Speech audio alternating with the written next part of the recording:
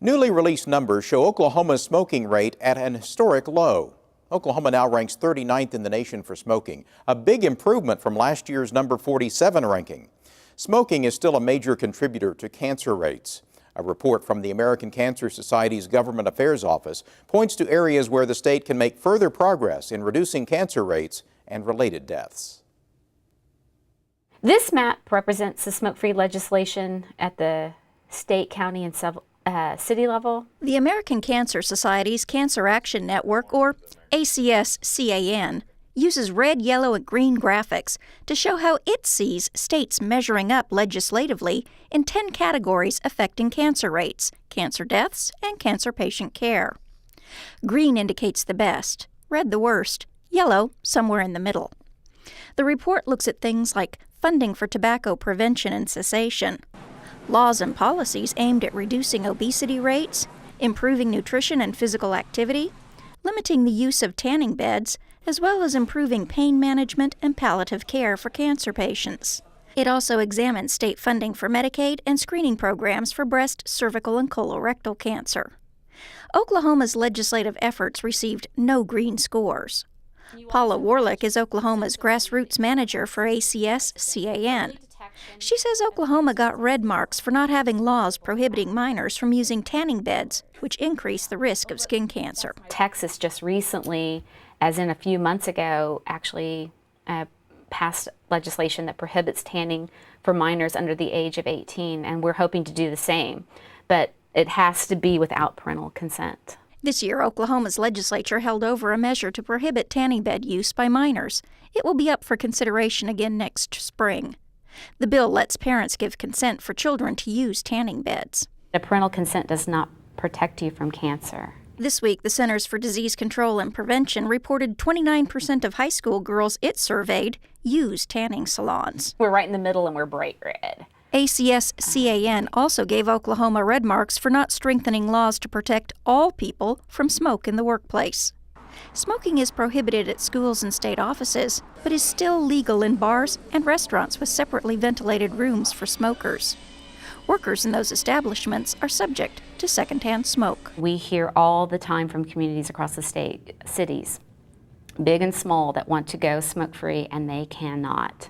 That's because back in the 80s, Oklahoma's legislature passed a law prohibiting municipalities from adopting anti-smoking ordinances that are tougher than state law. And it was done intentionally. It was a new way, a new thing that the tobacco industry was trying out. Oklahoma was actually not the first. We were the second state where they did that.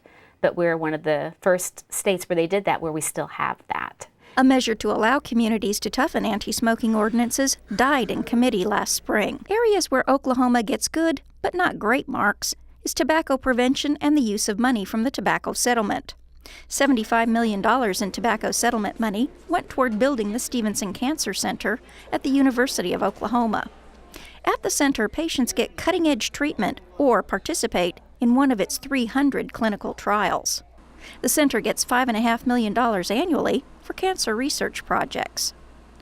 Oklahoma spends nearly $20 million a year on programs to help people quit smoking or avoid starting in the first place. Our spending on tobacco prevention and how we have used the tobacco settlement money to address prevention and cessation in particular, that we're really spending the money the way that it was intended. However, Oklahoma's spending on tobacco cessation is still just under half of what the Centers for Disease Control and Prevention recommends. There's only 2 states that really are at 50% or more of the CDC recommended funding levels, and here's Oklahoma. You know, so all these other states that looked super fantastic as far as smoke-free, and we were around. Now, when you look at funding, look at us. We're doing really, really well. To encourage more people to quit, the ACS-CAN report urges lawmakers to increase tobacco taxes.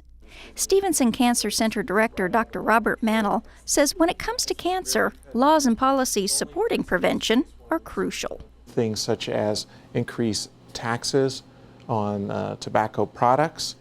States that have done that have seen dramatic decrease in the use of tobacco products, particularly in the most vulnerable population, and that's the younger population, teenagers and people in their early 20s.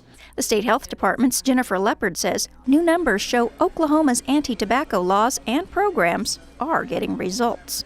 For adult smoking, we've gone down from a rate of 26.1 to 23.3. Our state rank went from 47th in the nation to 39th. We know that from last year to this year, there are approximately 75,000 fewer people in our state who do smoke. Leopard also says the number of Oklahomans reporting no leisure time physical activity dropped from 31% in 2011 to 28% in 2012. We've made some improvements in a few areas, but in other areas we still have a long way to go. One area affecting cancer rates that hasn't improved is weight. Oklahoma ranks 45th in the nation, with nearly 1/3 of all adults obese. The reality is 50%, 1/2 of all cancer diagnoses and 1/2 of all cancer deaths are a lifestyle choice. And what that means is if we can eliminate use of tobacco, if we engage in a healthier diet and watch our weight through exercise program and control obesity, that we can once again eliminate 1/2 of all cancer and 1/2 of all cancer deaths. Warlick says existing laws and policies do help people make healthier lifestyle choices. But to win the battle against cancer, she's also urging the Oklahoma legislature to make laws that protect people from risks that are out of their control.